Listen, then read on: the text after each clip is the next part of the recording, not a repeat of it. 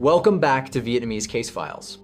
Behind the effort to build a new life in a foreign land lie tragic, hidden corners, where the line between trust and crime becomes terrifyingly fragile. In today's compilation video, we revisit 6 shocking cases that once sent shockwaves through the Vietnamese community in the United States. First is the story of a female police officer in New Orleans who betrayed public trust to murder a fellow officer and members of a Vietnamese restaurant-owning family. Next, we confront the unbearable pain of a case in Philadelphia in which a son killed his own father and hid the body in a freezer, along with the tragedy of a family of 4 in San Francisco whose lives collapsed under crushing debt, ending in heartbreaking deaths. The video also takes you back to nights of terror when Vietnamese pho restaurant owners in Alameda and Houston were brutally killed by cold-blooded robbers, including perpetrators as young as 16 years old. Finally, we examine the profile of a sophisticated female con artist who carried out large-scale financial fraud, exploiting the trust of fellow Vietnamese across multiple states. Join us as we dive deep into the details to uncover the horrifying truths behind these crimes. And if you enjoy investigative true crime content and want to follow along with Vietnamese Case Files and upcoming cases, don't forget to like, share, and subscribe so you won't miss a single episode. Now, let's begin. On Friday night, April 6th, 2018, Cindy Lay closed her pho restaurant in Oakland, then drove with her husband to their other location in Alameda to clean up. Helping them was their daughter's boyfriend as well. At around 10:30 p.m., after finishing everything, the 3 locked up and walked along Webster Street on their way home, unaware that danger was lurking in the darkness nearby. Just a few steps after leaving the restaurant, the 3 were suddenly blocked by 2 shadowy figures rushing toward them. One of the strangers tried to snatch the handbag Cindy Lay was carrying. By instinct, the 61-year-old woman clutched it tightly and refused to let go. Her husband saw her struggling and rushed in to help, along with the young man, her future son-in-law. In the chaos, all they could make out were rough shouts, the thud of bodies grappling, then smack. A horrifying sound rang out as a heavy metal object struck Cindy's head. She collapsed onto the sidewalk, her head hitting the hard concrete. The scene was so terrifying it felt as if time froze. Her husband and the young man stood stunned for a split second, then hurried to lift her while the attackers still refused to back off. Before the future son-in-law could even pull Mrs. Lay up, he too took a full blow from that same metal bar. Blood burst out. He stumbled but still tried to shield his future mother-in-law. The husband, though already in his 60s, lunged in desperately, grasping in the dark to save his wife. The metal object whistled through the air again and again, continuing to rain down on the victims. In the dim night, all that could be heard were the victims' panicked screams and the robbers' vicious curses. But then, seeing the fierce resistance and hearing distant traffic sounds approaching, the 2 robbers panicked. They abandoned their targets, sprinted toward a nearby car with the engine running, and vanished into the night. Everything happened in a flash, but it left a horrific aftermath. Cindy Lay lay unconscious on the sidewalk, blood soaking her hair and slowly spreading across the pavement, while the future son-in-law clutched his head, writhing in pain. Her husband trembled as he lifted his wife's head, calling her name in desperation when he realized she was in a coma, bleeding heavily from the head. Even in sheer panic, he immediately pulled out his phone and called 911, his voice breaking as he begged for help. Just minutes later, the wail of Alameda police sirens tore through the normally quiet night on Webster Street. Paramedics and officers arrived at around 11 p.m., quickly transporting Cindy Lay and the 28-year-old man to the hospital in critical condition with severe head injuries. Cindy's husband tried to recount what had happened to police, then rushed into the ambulance, gripping his wife's hand tightly and praying for a miracle. When the first investigators arrived at the scene on Webster Street, a chaotic and haunting picture greeted them. Blood was scattered across the sidewalk outside Phở On Dao, with several streaks stretching along the ground, signs of a struggle. The victim's brown handbag lay nearby, its strap torn apart, and inside were still cash and personal documents. The evidence suggested the attack began as a robbery, but in the end, the robbers got nothing. A mobile phone lay near the bag, its screen shattered, possibly Cindy's phone or her husband's, dropped during the scuffle. On the roadway, a few loose bills and receipts were scattered, items that may have spilled from the victim's wallet as she fought back. Police combed through every centimeter, collecting even the smallest pieces of evidence, because they knew every detail could be the clue that led them to the attackers. The investigative team, led by Lieutenant Waylon Gee of the Alameda Police Department, quickly sealed off the scene, putting up barriers to keep back a crowd of curious onlookers that had begun to gather. Under flashing red and blue lights, forensic technicians carefully photographed the area, marked the locations of bloodstains, and collected samples. They found that the victim's blood was concentrated mainly in the area directly in front of the restaurant and along the sidewalk, consistent with accounts that Cindy Lay was knocked down there and suffered catastrophic head trauma. The weapon used was preliminarily identified as a hard metal object, possibly a section of metal pipe or a metal rod. Unfortunately, no such object was found at the scene, suggesting the attackers likely brought it with them and disposed of it as they fled. Based on the severe head wounds and witness statements, police concluded the attacker used a hard object to strike Cindy Lay's head multiple times. This level of brutality was far beyond what would be necessary for a robbery, showing they were willing to take a life just to steal property. Lieutenant Gee and his colleagues took initial statements from the husband and the 28-year-old man at the hospital. Both were injured and in shock, but they tried to provide valuable information. They reported that there were two attackers. One tried to snatch the handbag and assaulted Cindy Lay in the face when she resisted, causing her to fall and hit her head on the ground. The second attacker swung a metal rod repeatedly, striking the victim and the family members who rushed in to intervene. In the dim light, witnesses could only make out that both were men of average build, wearing dark clothing. One wore a jacket with an unusual pattern design, and the other seemed slightly shorter. After Mrs. Lay collapsed, both men ran to a car parked nearby and sped away. Unfortunately, in the panic and the darkness, no one was able to catch the license plate number or clearly identify their faces. Even though the early leads were still vague, investigators were able to form several key preliminary conclusions. First, this was clearly a robbery that escalated into a violent assault, and the attackers did not appear to know the victim beforehand. Second, the brutality of the attack made police suspect this was not the first time these men had struck. They acted recklessly and arrived with a weapon already in hand, showing a disturbing level of preparation. Third, the fact that there were two suspects suggested an accomplice situation, most likely a pair or a professional crew that had operated together before. That same night, police urgently reviewed CCTV footage from the restaurant and nearby businesses. Fortunately, a camera from a neighboring shop captured part of the attack. In the blurry black and white footage, Lieutenant Gee could faintly see the three victims stepping out of the restaurant, then two figures rushing in, followed by a quick struggle. Although the faces were unclear, the jacket with a speckled pattern worn by the man holding the metal pipe stood out under the dim streetlights. That distinctive patterned jacket immediately drew investigators' attention and became a crucial identifying detail. After gathering the initial information, Alameda Police quickly issued a bulletin to neighboring agencies, including the Oakland Police Department and surrounding jurisdictions, describing the suspects and their vehicle. But just as the investigation was still in its early stages, devastating news arrived from the hospital. After 4 days of intensive treatment, Cindy Lay passed away on April 10, 2018, due to the severity of her injuries. Her death left immeasurable grief, not only for her family, but also for the local Vietnamese community. According to relatives, Cindy Lay was the eldest daughter in a family of 9 children. After immigrating to the United States, she brought with her a tireless work ethic and slowly built a new life in a foreign land.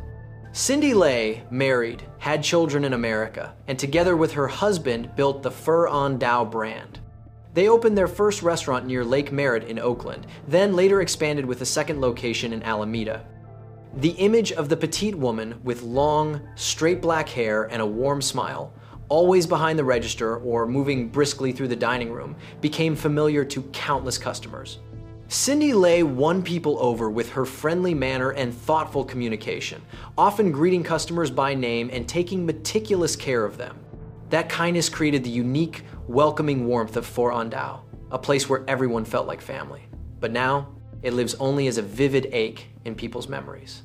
That enormous loss became even more motivation for police to quickly find the perpetrators. The Alameda Police Department mobilized every available resource for the investigation, determined to solve the case as quickly as possible. The crime scene had provided initial leads, but to identify the perpetrators, investigators understood they would need to blend traditional police work with modern technology. Lieutenant Waylon G. led the Special Task Force, working alongside criminal investigators from both Alameda and the Alameda County District Attorney's Office Bureau of Investigation. At the outset, the team focused on maximizing the area's security camera coverage. They fanned out to review every camera from shops, banks, and traffic lights around Webster Street to trace the suspect's escape route. From the neighboring shop's footage, police noticed the suspect's vehicle parked at the edge of the frame and determined it was a dark-colored sedan. Based on the timing and direction of flight, investigators suspected the car may have headed toward the Posey Tube, the only late-night roadway connecting the island of Alameda to the city of Oakland. If so, it was very likely the suspects fled back into Oakland to hide. With that working theory, the task force immediately contacted the Oakland Police Department for assistance. Oakland has a network of traffic cameras and automated license plate readers positioned along major routes. Technicians pulled data from around 11 p.m. on April 6, 2018, near the exit points off Alameda Island. Fortunately, a camera on the far side of the Posey Tube captured a fleeting image of a dark sedan emerging from Alameda at around 11:05 p.m. From that image, police could not read the full plate, but they were able to identify the vehicle as an older model black Honda Accord. The plate characters were also partially recognized, beginning with 7X, followed by several unclear digits. Even though incomplete, this was extremely valuable. It significantly narrowed the search within the vehicle registration database. At the same time, traditional investigative work was carried out aggressively. Detectives went door to door, speaking with residents and business owners near the scene to find witnesses. Several people on Webster Street said they heard screaming and saw two men run to a car and speed off. They added that the car appeared to be a mid-size, four-door vehicle, black or dark blue, with a noticeably loud engine. One witness vaguely recalled a California-style blue license plate and remembered the letter X. That detail matched the data police had already gathered. The scattered clues began to form a clearer picture. Using registration data, the task force filtered all black Honda Accords from the late 1990s to the early 2000s, with license plates starting with 7X in the Oakland and Alameda area. The list shrank to only a few dozen vehicles. After narrowing the list further by focusing on owners with prior records for robbery or violence, police zeroed in on one name, Paul Prudencio Paez, 38 years old, from Oakland. He owned a black 1997 Honda Accord with a license plate beginning 7XFU. More notably, Paez had a prior conviction for robbery and had been released from prison just a few years earlier. Another name also rose to the top, Dante Holloway, 39 years old, living in Oakland with a long history of robbery and violent offenses. Holloway did not have a vehicle registered in his name, but his roommate was listed as the owner of a similar black Honda Accord. Records showed Holloway had been convicted of robbery 3 times, including as an accomplice. Notably, Paez and Holloway were both convicted of robbery on March 21, 2000, suggesting they may have been partners in a previous case, or at the very least, they had known each other in prison. This discovery electrified investigators. Could these two be the criminal duo they had been hunting? To strengthen their theory, police kept gathering evidence. They obtained warrants to review Holloway's parole and supervision files and learned he was still on probation after being released just a few years earlier. That meant Holloway was required to wear a tracking device or report regularly, yet he may have been committing crimes in secret during that period. On top of that, when detectives searched social media photos and older records, they were stunned to find that Dante Holloway had appeared in a photo from a year earlier wearing a blotchy leopard print jacket, matching the jacket seen in the crime scene footage. That image was preserved in his 2012 jail booking file. Clearly, Holloway had a habit of wearing that distinctive jacket, and he wore it during the attack, unknowingly turning it into evidence that pointed straight back at him. With enough circumstantial evidence in hand and their primary suspects identified, Alameda police coordinated with Oakland's SWAT team to plan the arrests. On August 20th, 2018, before dawn, police teams hit 2 locations in Oakland at the same time. One unit arrested Paul Paez at his residence, while another unit moved in to arrest Dante Holloway. Both men were taken into custody swiftly, with no chance to resist. Holloway still seemed confused about what was happening, while Paez turned pale. During searches of their homes, police seized clothing and other items. At Holloway's place, they found a distinctive patterned jacket of the same type as the one in the video, almost certainly the fateful jacket from the night of the crime. Investigators also recovered a mid-sized metal bar in Paez's garage, similar in length and weight to the weapon described by witnesses. While they could not confirm it definitively at that moment, it suggested planning and preparation. At the station, detectives began an intense interrogation. Paul Paez remained fairly calm and insisted he was innocent, claiming that on the night of April 6th, he had been home alone watching TV. It was a thin alibi with no one to verify it. Dante Holloway, however, after hours of evasions, was forced to admit part of the truth. Pressured by the jacket evidence and the risk that his partner might blame him, Holloway blurted out that he had been at the scene and had swung a metal pipe, though he claimed he did not know whom it hit. That half-confession was still an admission of involvement, even if Holloway tried to minimize his role. He blamed it on stepping in to protect a friend when Paez was struggling with an unknown man, implying he never intended to harm anyone. But to investigators, it was a weak excuse. The confession was enough to support charges against both men.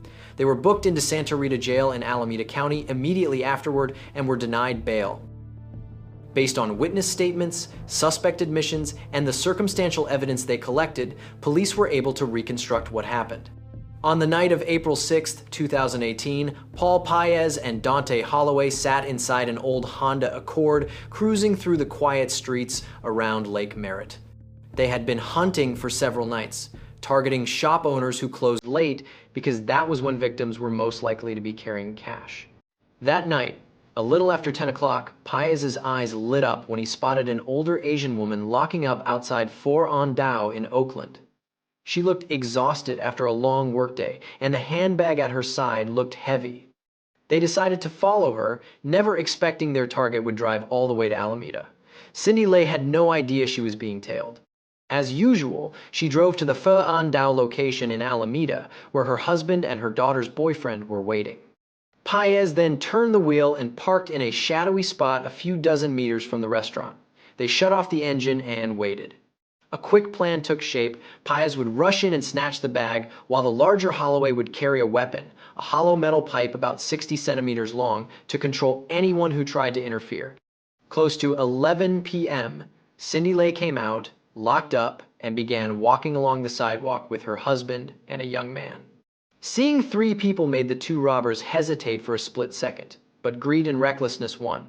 Paez pulled the hood of his jacket low to hide his face. Holloway tightened his grip on the metal pipe and opened the car door. 2 dark figures slipped along the edge of the shadows, closing in on the 3 victims who had no idea what was coming. Within seconds, Paez surged forward from behind Cindy. Like a seasoned street robber, he reached out and yanked hard on the handbag strap over her shoulder. Cindy spun around in shock, instinctively clutched the bag and screamed for help. To teach her a lesson, Paez lashed out and struck her in the face. Everything happened so fast that only then did the young man manage to rush in. He grabbed Paez from behind, trying to bring him down. A chaotic struggle erupted. Paez let go of the bag and tried to break free. He drove an elbow into the young man's stomach, and the 2 staggered and grappled across the sidewalk. Cindy's husband, though already over 60, lunged in as well, helping restrain Paez. In that instant, Dante Holloway, the man behind them holding the metal pipe, realized his partner was losing control and charged forward, swinging the metal bar into the victims, striking Cindy Lay. The sudden, brutal blow made her cry out. She reeled backward and fell hard, her head slamming into the concrete edge beside the road. The young man was hit as well. He released Paez, staggered, and collapsed, clutching his head, blood streaming from a deep gash. Cindy's husband, still trying to process what was happening, was struck by Holloway too. Holloway snarled profanities and raised the metal bar as if to keep attacking, but then he noticed approaching traffic and hesitated. The 2 men sprinted back to the waiting Honda, leaving behind a horrific scene. They sped off into Alameda's quiet streets, headed for the tunnel to escape back to Oakland. Once back in Oakland, Paez turned into a small alley where they temporarily hid the car. The handbag was still left behind at the scene, meaning the job had been a complete failure.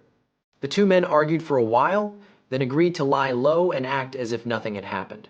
Holloway dumped the weapon into a deserted canal to get rid of it. Paez quickly took off the jacket that had a few bloodstains from the victim and shoved it deep into the trunk. Then they split up and went home separately into the night. In the days that followed, Paez and Holloway lived in constant anxiety. Then, a few days later, the bad news came. Cindy Lay had died. That meant their crime had now become a killing.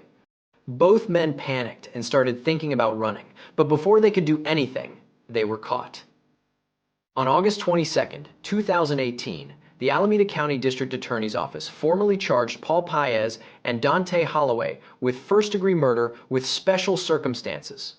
The aggravating factors included lying in wait and committing the killing during the commission of another serious felony. That made the case eligible for the death penalty, or life in prison, without the possibility of parole under California law.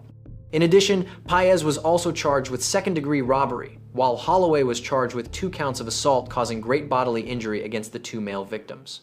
At the preliminary hearing in late 2018, both defendants denied the charges and pleaded not guilty. The Alameda County Court ordered both men held in custody without bail.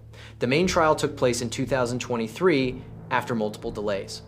The prolonged timeline left the victim's family waiting painfully for justice, but they remained determined to see the case through to the end.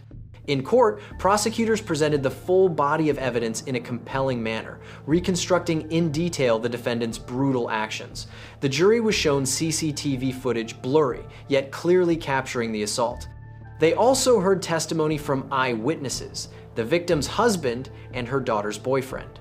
The courtroom fell silent as Mr. Lay tearfully described the despair he felt that night, cradling his wife's blood-soaked head in his hands. Prosecutors emphasized that even if Holloway tried to minimize his role, striking people with a weapon clearly demonstrated malice, an essential element for a first-degree murder conviction. In addition, the medical examiner's report was introduced. The forensic doctor confirmed that Cindy Lay died from severe traumatic brain injury caused by a hard impact against the ground, combined with injuries inflicted by the metal pipe. This directly established that the defendant's chain of actions led to the victim's death. The defense attorneys for Paez and Holloway tried to argue their case, but they faced major disadvantages. Their initial strategy was to separate the roles of the two defendants. Paez's lawyer argued that Paez did not intend to kill, he only intended to rob, and the physical strike was not meant to take a life. They tried to reduce Paez's charge to involuntary manslaughter. Meanwhile, Holloway's lawyer wanted to shift most of the blame onto Paez, claiming Holloway only stepped in to protect his friend and did not directly cause the fatal injuries to Cindy Lay. However, prosecutors immediately countered that when someone dies during the commission of a serious felony, all accomplices share equal responsibility under the law.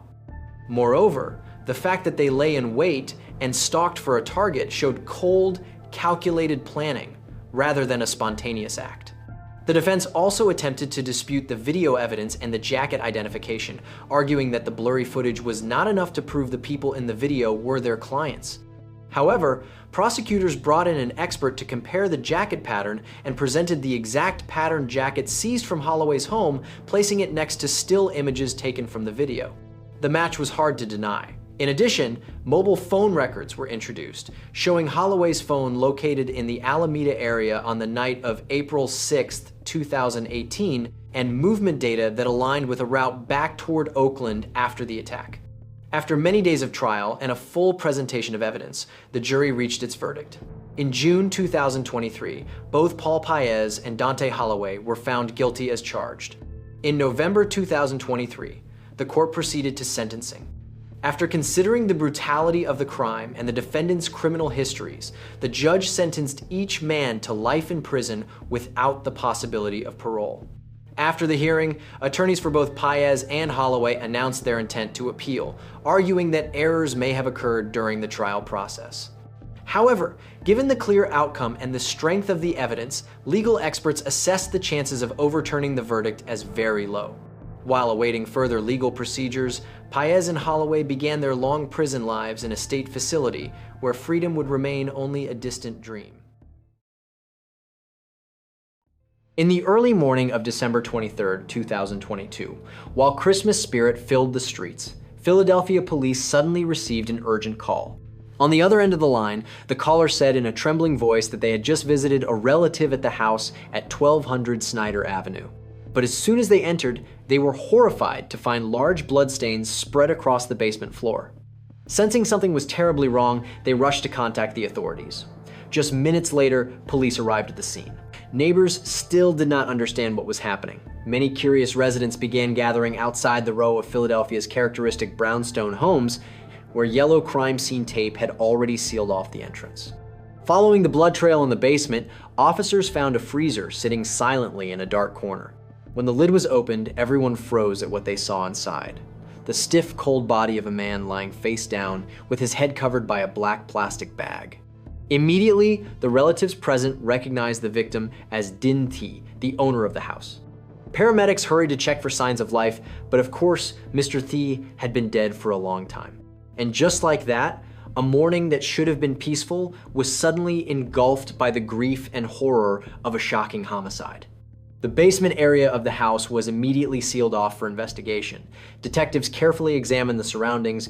Next to the freezer and across the cold concrete floor lay numerous dried bloodstains, indicating the victim had put up an extremely fierce resistance there. Furniture had been knocked out of place, and long streaks of blood were visible on the wall, as if someone had tried to move while injured. Nearby, police recovered a blood-stained knife, believed to be the murder weapon, discarded on the floor. Initially, investigators concluded this was clearly a deliberate homicide. The victim had been attacked and then hidden inside the freezer to conceal the crime. Notably, there were no signs of a forced door or a break-in by a stranger. This detail led police to suspect the killer was someone close to the victim.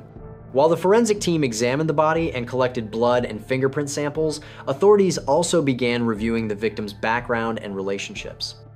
According to the investigation, the victim was Dinh Thi, 54 years old, a Vietnamese-born man known as hardworking and kind within the Philadelphia community. He was born in Vietnam and had immigrated to the United States decades earlier, hoping to build a better future for his family. After years of hardship as an immigrant, Mr. Thi eventually built a stable livelihood.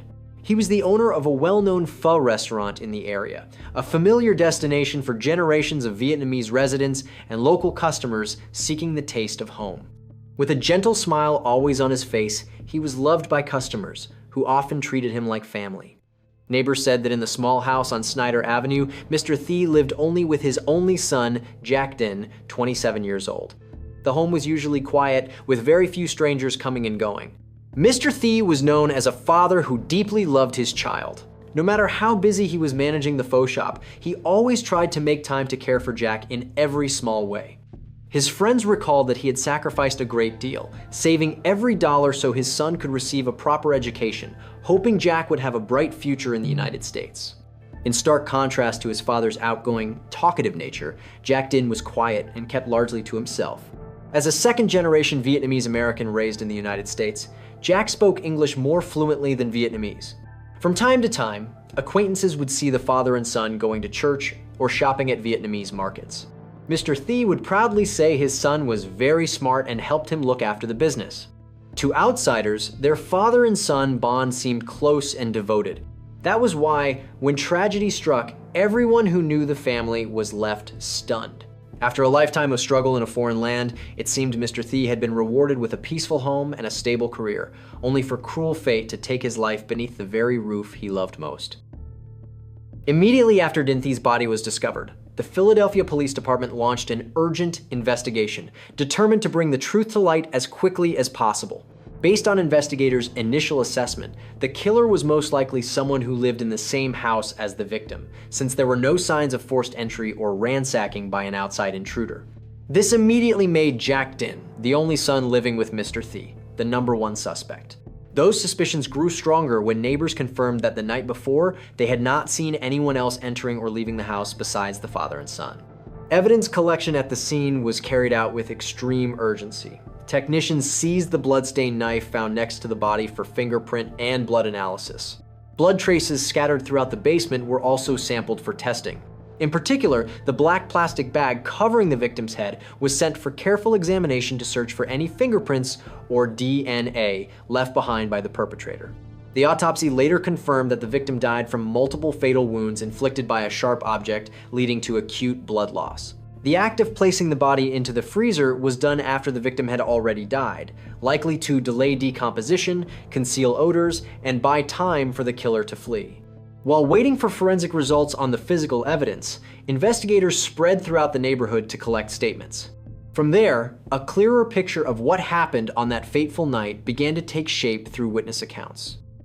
One nearby neighbor recalled that at around 3:30 to 4 a.m. on December 23rd, while walking his dog early in the morning, he heard frantic screams coming from the row of houses where Mr. Thie's family lived. That desperate cry for help was most likely from Mr. Thie. It appeared he may have been attacked suddenly around that time and tried to call for neighbors' help but received none. Moreover, it was still very dark and cold then, so no one understood what was happening in time to react. The neighbor himself heard something unusual, but he was unsure what it meant and did not immediately call the police. Another suspicious point was that from the moment the crime scene was discovered, Jack Dinh, the main suspect, remained completely unreachable. That further fueled suspicions that he had fled immediately after committing the crime. Later that morning, on December 23rd, the Philadelphia Police Department issued an urgent alert with Jack Dinh's identifying information, instructing all units across the city to remain on high alert and track down the suspect. However, police did not need much time to find his trail. Thanks to investigative measures combined with a dense network of security cameras, by early afternoon that same day, authorities spotted Jack Dinh wandering near the Franklin Institute, a famous science museum located in the heart of Philadelphia. The fact that a suspect in such a serious case could casually appear at a crowded tourist site left many people stunned. Perhaps after committing the crime in a panic, Jack fled on impulse and blended into the flow of tourists there to hide. A plainclothes tactical team was immediately deployed to the scene. They quickly identified the target, a young Asian man sitting dazed in the astronomy exhibit area. On the afternoon of December 23rd, the net tightened. Police approached and detained Jack Dinh right in the museum lobby without encountering any resistance. As he was handcuffed and escorted out, he barely spoke a word, his face still holding the same blank, lifeless expression. Immediately afterward, Jack Dinh was taken to police headquarters for questioning. Investigators made every effort to determine the motive, but all they received were headshakes or a frightening silence from the suspect. After hours of intense interrogation, he offered no reasonable explanation for his brutal act. At a subsequent press conference, police representatives said the specific cause had not yet been determined and the investigation was still ongoing to clarify all details. This impasse was partly due to the sensitive nature of a case involving domestic violence, and possibly also due to the suspect's unstable psychological condition. He might need a specialized evaluation before any final conclusion could be reached. Of course, Jack still faced homicide charges, along with offenses related to the use of a weapon and abuse of a corpse. Given the extreme seriousness of the case, the court denied bail. Jack Dinh was then held under strict detention at the Curran-Frumhold Correctional Facility in Philadelphia while awaiting trial. So what could drive a son to ruthlessly attack the father who had always loved him so deeply? Let's turn back the clock and look into the suspect's life and past to search for an answer to this painful question. Jack Dinh, 27 years old at the time of his arrest, was the victim's only son. He was born on December 21st, 1995, likely not long after Mr. Thie's family began their settled life in the United States. In the memories of those who knew him, Jack's childhood seemed fairly peaceful. He grew up under his father's intense protection and constant indulgence. Mr. Thie poured all his efforts into Jack's education, hoping his son would become successful and respected in society. Although he grew up within the Vietnamese community, Jack socialized less with fellow Vietnamese than his father did, perhaps partly due to generational differences. Some peers described him as quiet, somewhat withdrawn, and not someone with many close relationships. In terms of behavioral history, before this tragedy happened, Jack had a relatively clean personal record. Philadelphia police confirmed he had no prior criminal record and had never been reported for any incidents before. Even neighbors said they had never witnessed any physical fights or loud arguments between the father and son. With the appearance of a small-built, studious-looking young Asian man, It was difficult for anyone to imagine that Jack could be the one behind such a heartbreaking tragedy. Some theories suggested that the relationship between Jack and Mr. Thie may have developed hidden fractures due to the pressure of overwhelming expectations, or simmering lifestyle conflicts between two generations. However, all of this remains speculation, because to this day, Jack has never clearly explained why he attacked his own father. Throughout the legal proceedings, Jack consistently displayed a chillingly indifferent and withdrawn attitude. In court hearings, he often appeared with a blank, bewildered expression, as if he still had not fully grasped the horrific consequences of his action. Jack's booking photo circulated widely in the media, showing dark circles under his eyes, messy hair, and a hollow stare, became a haunting symbol of a family tragedy. A son who had once been deeply loved and heavily hoped for, now becoming the one who took his own parents' life. What truly happened in Jack's mind on that fateful night? Perhaps that question will remain forever unanswered, even to Jack himself. Jack Din's case file was quickly transferred to the judicial authorities for prosecution. Given the extreme seriousness of the case and intense public attention, proceedings were handled with great caution. In January 2023, Jack Din appeared for the first time at the Philadelphia Municipal Court to hear the charges. In the courtroom, the sight of the defendant looking gaunt and bowed down left many observers bitterly saddened by this family tragedy. According to the indictment, Jack Din was charged with homicide, along with related offenses including possession of an instrument of crime and abuse of a corpse. Because this was a case involving family members, prosecutors chose to pursue third-degree murder under Pennsylvania law. This meant an intentional killing without premeditation or planning, distinct from first-degree murder, which involves premeditation. Choosing this level indicated the prosecution had considered mitigating factors related to the defendant's psychological state at the time of the incident. In court, Jack gave no response beyond acknowledging that he understood the charges. However, his defense attorney requested that the court allow a mental competency evaluation before moving forward with the next steps.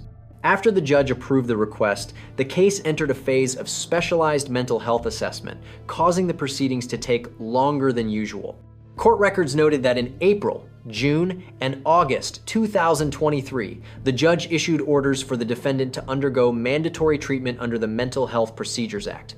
The reason was that medical experts concluded Jack was not competent to participate in the legal process at that time. In other words, he had fallen into a temporary state of incompetence, unable to fully understand that he was being prosecuted for homicide, and not mentally stable enough to cooperate with his defense counsel. As a result, the preliminary hearings were repeatedly postponed and rescheduled. It was not until late 2023, after months of consistent therapy and medication, that the suspect's condition began to show positive improvement. The Psychiatric Evaluation Board reported to the court that Jack Din was stable and lucid enough to continue facing the justice process.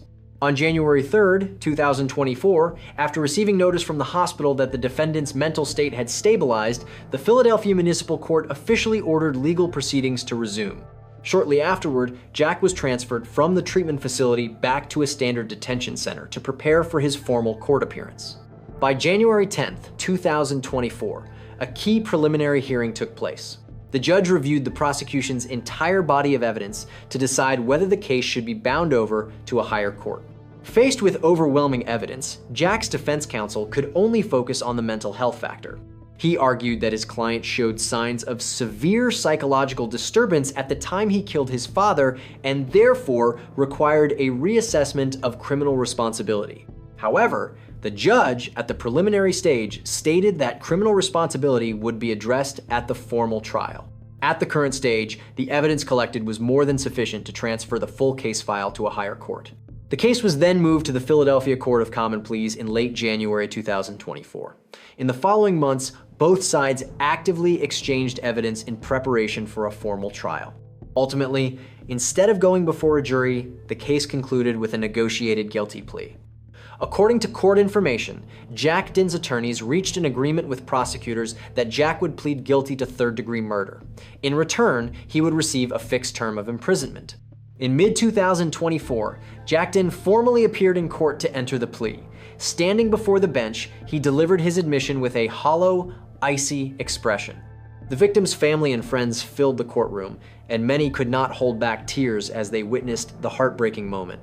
After carefully reviewing the defendant's medical history and the case's special circumstances, the presiding judge sentenced Jack Dinh to 40 years in prison for third-degree murder and ordered that he must serve at least one half of the sentence, 20 years, before he could be considered for parole. This meant Jack would serve at least 20 years, and possibly longer, depending on his rehabilitation and behavior, before becoming eligible for any sentence reduction. At age 27, this sentence all but closed off Jack's youth. It was a severe punishment, yet considered appropriate given that he pleaded guilty and had documented mental health instability. Currently, Jack Dinh is serving his sentence at SCI Waymart, a Pennsylvania state correctional institution with specialized care for inmates who require mental health treatment. There, he will undergo therapy while also participating in correctional labor and rehabilitation programs. The case of Jack Dinh attacking his biological father was a shocking tragedy, not only for the Vietnamese community in Philadelphia, but for society as a whole. When the story was reported by the media, many newspapers in both the United States and Vietnam expressed disbelief at the horrifying nature of what happened. A son taking his father's life and then hiding the body inside a freezer. The public reacted intensely, outraged at Jack's actions, yet heartbroken over Mr. Thai's unjust death. Especially in East Asian culture, where filial piety is deeply valued, Jack Dinh's act was seen as a grave violation of basic moral and family principles, and something nearly impossible to forgive. On online forums, while a small number of voices expressed sympathy if Jack truly suffered from mental illness, the overwhelming majority believe that killing one's own parent is an unforgivable sin that cannot be justified by any reason. At the same time, US media and public opinion viewed this case as a wake-up call about domestic violence and mental health. Many outlets emphasize that behind families that appear peaceful on the surface, there can be hidden conflicts and unpredictable tragedies. The case also highlighted the importance of recognizing early warning signs of psychological instability in loved ones at home. If Jack Dinh had received timely attention and mental health treatment, if there had been understanding between father and son instead of invisible pressure, perhaps this heartbreaking tragedy would never have happened. On the morning of the 8th of October 2025, the San Francisco Police Department received a call from a man named Robert Ochiltree, requesting a welfare check at the home of his younger brother, Thomas Ochiltree, located at 930 Monterey Boulevard. That afternoon, 2 patrol officers went to the residence and knocked, but no one responded. A growing sense of unease made Robert unable to sit still. Determined to find answers, he borrowed a pair of pliers, broke the small window pane on the door, reached in, and unlocked it. As the door swung open, a heavy, eerie stillness washed over him. Stepping cautiously inside, Robert was confronted with a scene that would haunt him forever. His brother's family lay unresponsive. Panicked, he screamed for help and dialed 911, begging officers to return immediately this time to investigate a catastrophic incident. But why had Robert suddenly decided to check on his brother's family? Had something happened earlier that hinted at impending danger? In fact, for nearly a week, Robert had been unable to contact Thomas. On Monday afternoon, October 6th, he stopped by Thomas's home to make sure everything was all right. This time, his sister-in-law, Paula Truong, answered the door, but her demeanor was unusual. She stepped outside onto the porch, closing the door behind her, never inviting him in as she normally would. She briefly explained that Thomas was away at a golf tournament in Monterey. Paula added that the lack of contact was because Thomas had lost his phone. The explanation sounded reasonable, but her distant behavior and the tightly shut curtains behind her planted a seed of suspicion in Robert's mind. The next day, his concern deepened drastically when he received a distressed message from Paula.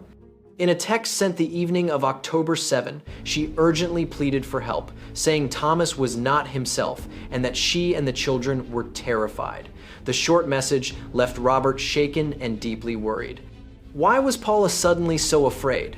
Was Thomas experiencing a crisis or exhibiting threatening behavior? Not wanting to delay another moment, Robert immediately contacted the San Francisco Police Department the following morning. Tragically, Robert himself would become the first person to witness the devastating scene inside the home. When investigators and paramedics arrived, they immediately recognized the seriousness and unusual nature of the case. Thomas Ochiltree and his 2 daughters were found on the bed in the master bedroom. Notably, the bodies of the 2 young girls had been carefully covered with blankets, as if someone had gently tucked them in after they had already passed. The room was tidy, with no signs of struggle.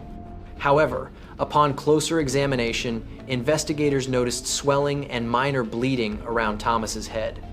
One of the girls had faint pink foam around her mouth, a detail that immediately alarmed investigators, as it can indicate impaired breathing or possible ingestion of a harmful substance. The situation became even more troubling when officers followed the trail to the garage and discovered the fourth victim, Paula Trong, found suspended in the center of the garage. The once peaceful home was now filled with an overwhelming sense of tragedy. Initial observations showed no signs of forced entry. All doors were locked, valuable belongings remained untouched, and no clear weapon was found. With Paula discovered under such unusual circumstances, investigators began to consider the possibility that this was a murder-suicide involving the mother.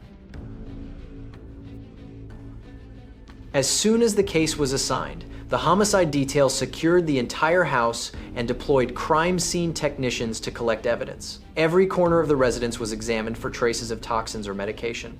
The investigators' top priority was determining the cause of death for the three victims in the bedroom, including whether they had been harmed and the timeline of their deaths. The San Francisco Medical Examiner's Office quickly took custody of the remains for autopsy, including toxicology tests on blood and stomach content samples. Although initial autopsy findings had not yet been released, investigators noted several important signs at the scene. The pink foam around Mackenzie's mouth suggested she may have consumed or been given some kind of substance before she died. Meanwhile, the bruising on Thomas's head indicated he may have suffered physical impact.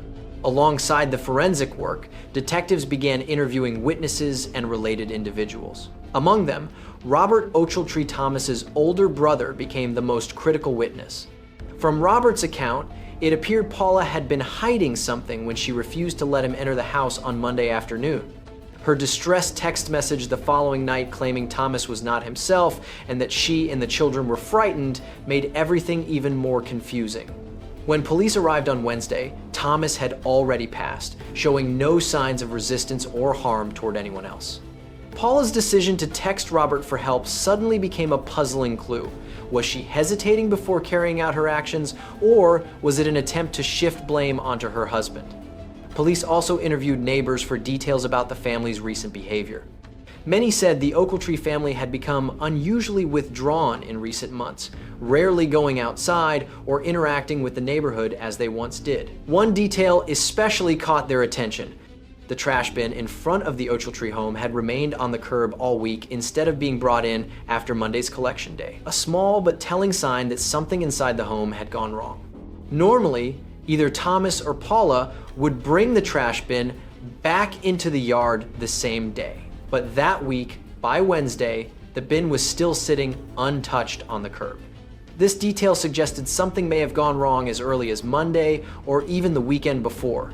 While reviewing clues, investigators also noticed another striking detail. The Ochiltree family had a small dog named Mango, which they regularly took to a nearby pet salon for grooming and ear dyeing. Strangely, Mango was nowhere to be found at the scene. This raised the question, did Paula take the dog somewhere safe before the tragedy? If true, it suggested she had planned ahead, calm enough to move the pet to safety before carrying out her intentions. As news of the case spread, the public and the media quickly speculated about the true cause of the tragedy. Reporters from the San Francisco Chronicle and the Standard began digging through public records and interviewing friends, coworkers, and neighbors of the Ochiltrees. Before long, they uncovered alarming financial troubles hidden behind the facade of a stable, middle-class family. Court and property records showed that the house at 930 Monterey Boulevard, where the tragedy occurred, had actually been foreclosed a year earlier due to defaulting on a $2.24 million USD loan. It turned out that in March 2022, Thomas and Paula had mortgaged their home to borrow a large sum likely to cover business investments. But within less than a year, by late 2022, they had become unable to make payments. By February 2024, the bank filed a lawsuit and moved to auction the property. In October of the same year, the house was purchased by a financial company for approximately $2.05 million USD. Even so, the Ochiltrees continued living in the home. Possibly due to pending legal procedures, they were allowed to stay temporarily while awaiting enforcement. For many people, living in a house no longer legally theirs would create tremendous psychological pressure, shame, fear of eviction, and constant uncertainty. On top of that, in January 2025, Paula Trong was sued by Discover Bank for more than $17,000 in unpaid credit card debt. 3 months later, the court ruled that she must pay the full amount plus fees, raising the total to more than $18,000. Digging deeper, investigators found that Paula Trong was the one who had signed most of the loans in business ventures. She had once been an ambitious entrepreneur buying an old auto shop to turn it into Zentrum Motors, opening a Vietnamese iced coffee chain called Orbit Coffee, then purchasing a grocery store and converting it into Star Spirits, a liquor shop. Unfortunately, her business ventures collapsed, one after another in 2023, leaving behind enormous personal debt, bank debt, and tax debt. Records showed her company owed the state of California more than $47,000 in unpaid sales taxes. At this point, the financial motive became increasingly clear. The family was drowning in crisis, emotionally and financially. Mounting debts, a foreclosed home, and a bleak future may have pushed the couple to a breaking point. Because Paula was the primary borrower, the financial burden rested heaviest on her shoulders. During review, police also ruled out other theories, such as a collective suicide or an outside intruder. Every remaining clue pointed back to Paula. From the evidence available, investigators believed it was highly likely Paula had planned to end the lives of her family in a moment of overwhelming despair. She may have convinced herself that letting her husband and children go peacefully with her was preferable to facing bankruptcy, debt, and humiliation. Even so, while waiting for final forensic results, police maintained caution, referring to the case only as a suspicious multiple death incident. However, 2 internal sources told the press that investigators were leaning strongly toward the scenario in which the mother harmed her family before ending her own life. While a key part of the mystery now seemed clearer, the investigation was far from over. Detectives still needed to reconstruct the precise timeline of the final days and analyze Paula's mental state to fully understand this tragic case. So, before the tragedy unfolded, what kind of life did this family of 4 once have? Let's explore their story to understand the deeper layers behind this complex case. Thomas Ochiltree, 57, was an American painter and graphic designer. He worked on packaging designs for wine and craft beer brands, and he ran his own company, Ochiltree Design, Branding, and Packaging. For years, Thomas and his wife built several small businesses in the Bay Area, ranging from an auto repair shop to a cafe chain and a liquor store. Friends and colleagues described him as creative, gentle, and deeply devoted to his family. One example of that love came in 2013, when Thomas designed a wine label and named it after his daughter, a subtle way of weaving family affection into his creative work. On his professional LinkedIn page, Thomas proudly referred to Paula Trong as his business partner, showing that he saw her not only as his spouse, but also as a trusted collaborator in every project. As a father, Thomas Ochiltree was known for being tender, attentive, and devoted to his children. The couple had 2 daughters, Alexandra Ochiltree, 12, and Mackenzie Ochiltree, 9. Both were born and raised in San Francisco. Alexandra was a 7th grader at A.P. Giannini Middle School, and Mackenzie was in 4th grade at Sunset Elementary. Alexandra and Mackenzie were described as polite, quiet, and well-mannered, always greeting neighbors when they passed by. On the day of the tragedy, both girls were unexpectedly absent from school, which surprised their teachers because they were known for good attendance. The girl's mother, Paula Thi Trong, 53, was later identified as the one who caused the tragedy, before losing her own life as well. Paula was born in Vietnam during wartime and immigrated to the United States as a child. She married Thomas Ochiltree in 2006 San Francisco. Their marriage between a Vietnamese woman and an American man seemed happy and harmonious for many years. Paula was both a caring mother and a capable business partner. The two were often seen side by side, inseparable in work and in life. Friends still remember the Ochiltrees attending school events, farmers markets, and community festivals together. Former coworkers described Paula Trong as intelligent, decisive, and resilient. She was unafraid to dive into new business ventures, from automotive services to food and beverage to retail. In many of their joint projects, Paula was the visionary, the operator, and the leader. Interviews from past news articles show that Paula took great pride in her Vietnamese heritage. When she launched Orbit Coffee in 2019, she told Sprudge magazine that she wanted to create a place where people could enjoy Vietnamese iced coffee, a drink tied to her childhood.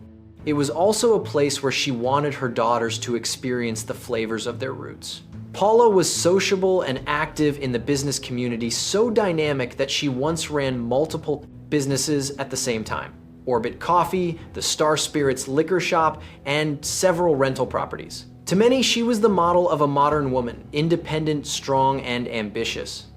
But good fortune did not last. After the COVID-19 pandemic, the local economy declined. Many small businesses in San Francisco were forced to close, and Paula's entire small business empire collapsed as well. In 2023, Paula was forced to shut down the entire Orbit coffee chain, followed soon after by the failure of Star Spirits. Mounting loans grew far beyond her ability to repay. Once a respected entrepreneur, she fell into a severe financial crisis. The house was foreclosed, income dried up, and overwhelming debt left her emotionally and physically exhausted. It was likely this relentless series of setbacks that chipped away at Paula's stability, slowly setting the stage for the tragedy no one expected. Former associates recalled that in recent years, Paula gradually cut off contact with almost everyone. She stopped paying for accounting services and had not communicated with her tax specialist for nearly 5 years. These signs suggested she may have been slipping into a state of depression, despair, and shame over her financial collapse. Such negative thoughts may have accumulated over a long period and escalated in early October 2025. Investigators widely accepted the theory that Paula harmed her husband first, believing he was the only person capable of stopping her plan. Based on injuries found on Thomas's head, investigators concluded Paula may have used a hard object during a moment when he was unprepared, or she may have incapacitated him before the assault occurred. After her husband's death, Paula was left with her 2 young daughters. This is believed to be the most emotionally conflicted stage for her. Several signs indicated she hesitated for days before carrying out further actions. On Monday, October 6, both Alexandra and Mackenzie were absent from school. Investigators believe Paula may have given her children strong sedatives, leaving them unconscious. By the night of October 7, she appeared to have reached a devastating decision. Afterward, she gently covered her daughters with blankets, a heartbreaking gesture suggesting the profound emotional turmoil of a mother who had lost all hope. Once her husband and children were gone, Paula seemed to prepare for her own end. According to police assessment, her final action occurred midday on Wednesday, October 8th, only hours before Robert returned with officers. The entire tragedy is believed to have unfolded over roughly 48 hours, starting with Thomas, then the 2 children, before Paula's own death. Everything appeared meticulously arranged, as if she viewed it as a distorted escape from the family's crushing financial collapse. From a criminal psychology standpoint, the case shares characteristics with incidents in which a person in severe depression harms loved ones before ending their own life. In Paula's distorted state of mind, she may have believed that taking her children with her was a merciful alternative to leaving them facing poverty, the loss of both parents, and overwhelming debt. But to the outside world, it remains a horrific crime that took the lives of 3 innocent people. In this case, no criminal trial would ever take place because both the victims and the person responsible had passed away. Instead, the responsibility for establishing the truth fell entirely on investigators and, most importantly, the San Francisco Medical Examiner's Office through its official forensic findings. In this city, incidents involving a person harming family members before ending their own life are typically brought before a coroner's inquest to determine the sequence of events and the cause of each death, especially when children are involved. For Thomas's relatives, their stance was clear. They viewed Thomas and the 2 girls as completely innocent victims and placed full responsibility on Paula.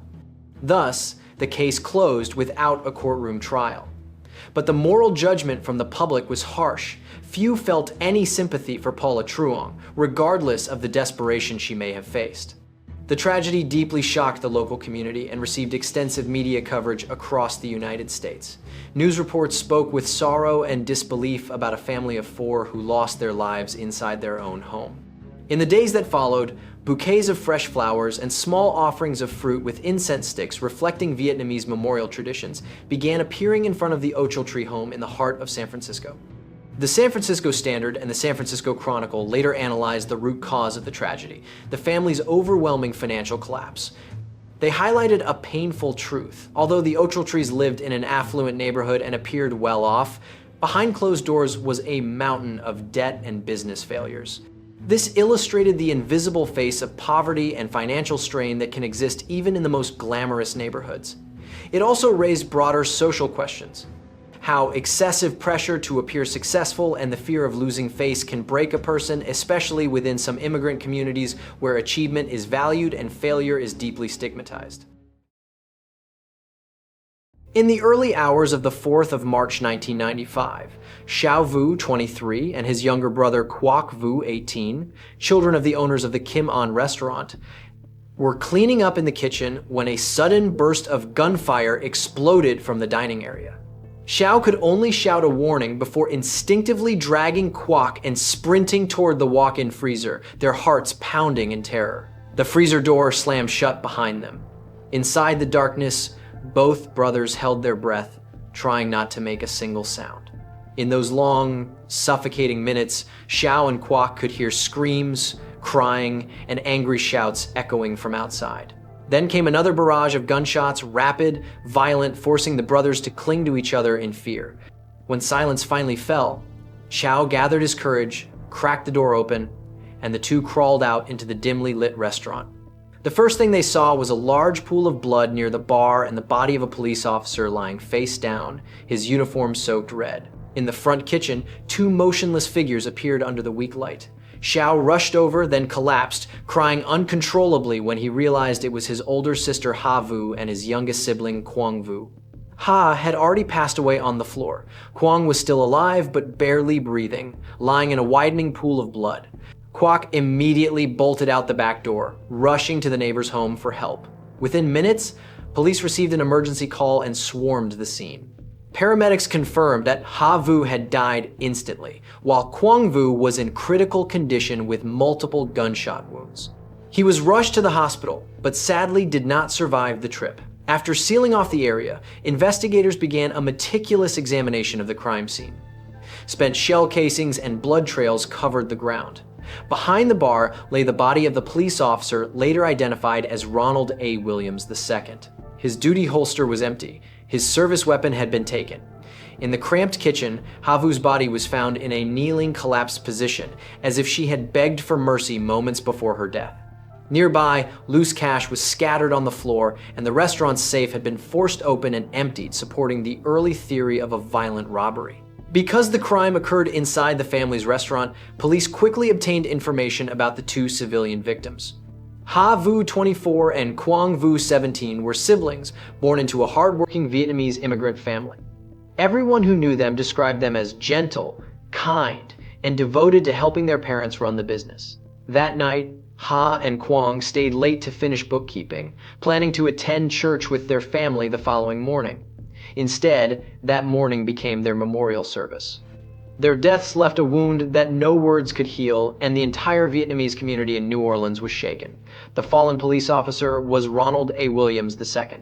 Williams served at District 7 of the New Orleans Police Department. Colleagues remembered him as a dedicated and promising young officer. His story was heartbreaking. Just 10 days before the incident, his wife had given birth to their second son. To support his growing family financially, Williams had taken an off-duty security shift at the Kim An restaurant that night. But in an instant, his bright future and the life he was building were stolen away, leaving behind a young widow and 2 children who never had the chance to know their father. While the investigative team was still reeling from the tragedy, Officer Antoinette Frank, who rotated shifts with Williams at the Kim An restaurant, suddenly appeared at the scene.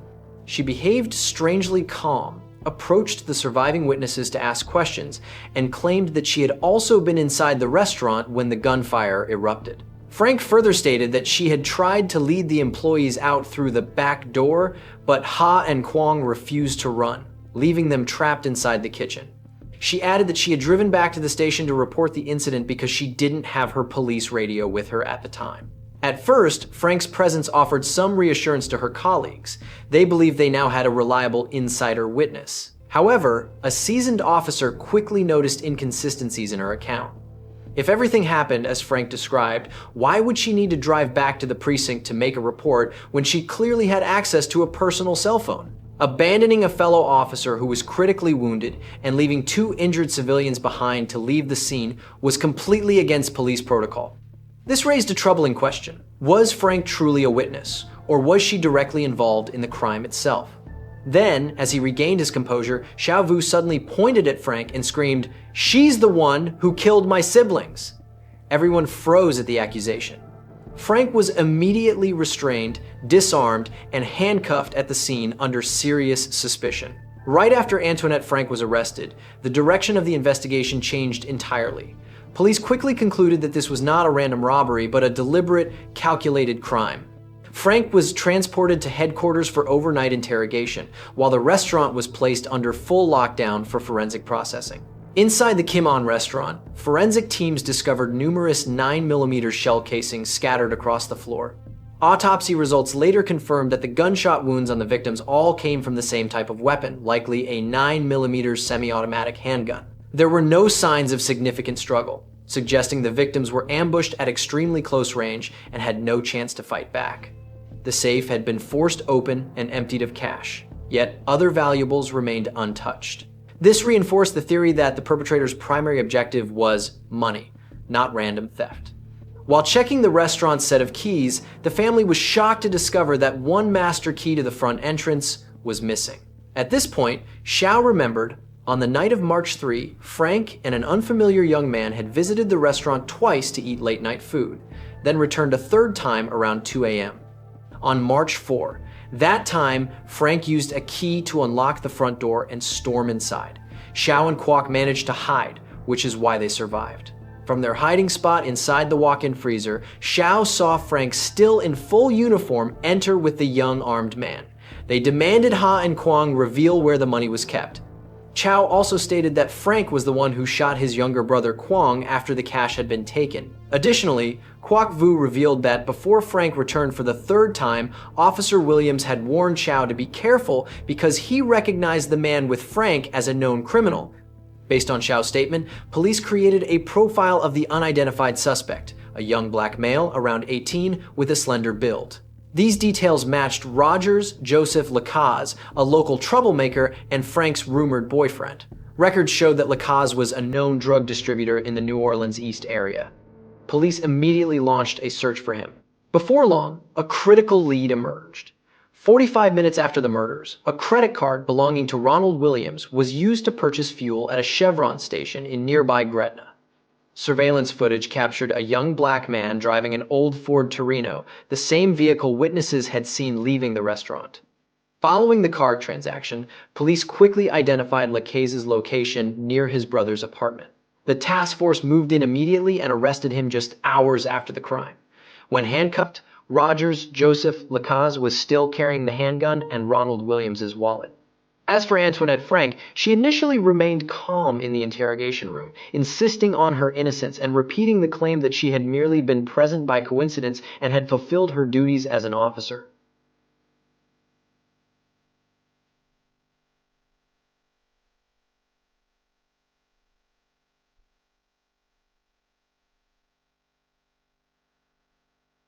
Eventually, under the pressure of mounting evidence, and especially after learning that Xiao Vu had directly accused her, Antoinette Frank broke down and was forced to confess.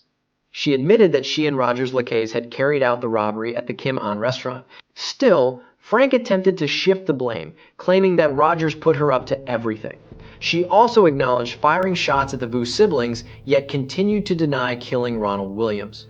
Meanwhile, Rogers Lacaze denied firing any shots and pushed all responsibility onto Frank. It was clear both were trying to frame each other to avoid punishment. However, with overwhelming physical evidence and eyewitness testimony, police had more than enough grounds to charge both Antoinette Frank and Rogers Lacaze with 3 counts of first-degree murder. The investigation revealed that roughly 2 weeks before the robbery, Antoinette Frank had checked out a 9mm handgun from the police evidence room under the pretext of official duties, then later reported it stolen. Forensic specialists believed this weapon was likely the murder weapon, indicating the robbery had been planned in advance. On the night of the crime, Frank and Lacaze also stopped by a Walmart store to purchase a box of 9mm ammunition before heading to the Kim On restaurant. Frank casually wore her full police uniform during the purchase, showing no concern about drawing suspicion. In less than 48 hours after the murders, New Orleans investigators had effectively solved the case.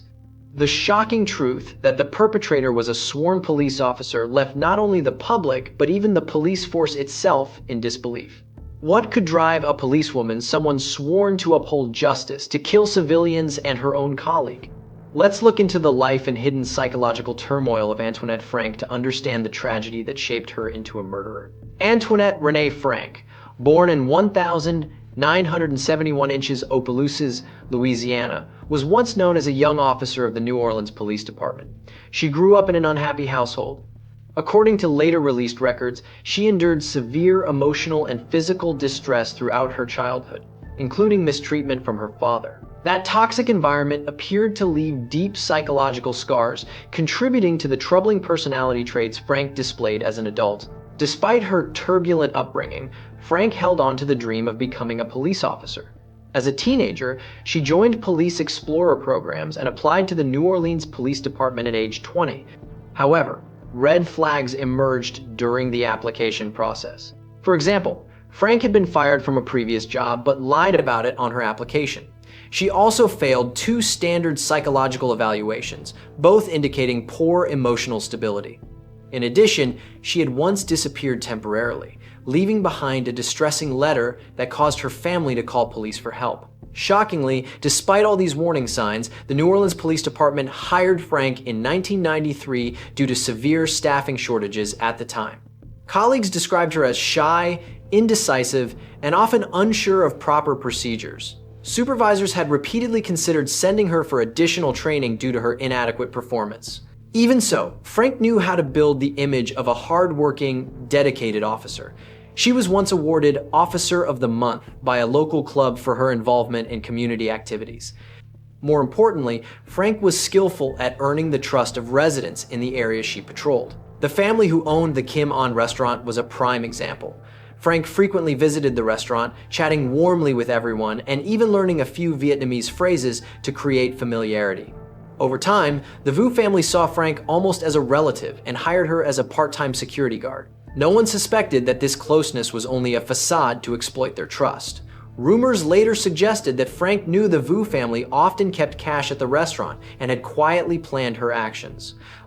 According to colleagues and acquaintances, Frank had recently expressed resentment toward Ronald Williams, believing he was taking shifts and extra pay that she felt entitled to at the restaurant. Although this has never been fully verified, it appeared Frank harbored jealousy and personal animosity toward Williams. When financial motives mixed with personal grudges, they may have fueled her actions. Frank first met Rogers Joseph Lacaze on the night of the 25th of November 1994, when she responded to a shooting involving rival groups, during which Lacaze had been injured. Frank took responsibility for interviewing him, but instead of following proper procedures, she became entangled in an inappropriate relationship with the troubled young man. Born in 1976 to a poor family in New Orleans, Lacaze dropped out of school early and gravitated toward criminal activity, affiliating with illicit street groups. His own mother had expelled him from the house at age 17 after failing to stop his behavior. By age 18, Lacaze already had a record for violence and was known as reckless and dangerous. Initially, Frank believed she could help him change, but in reality, she became increasingly drawn into his lifestyle. Frank began secretly dating Lacaze, buying him clothes, a phone, and even renting a shiny Cadillac to impress him.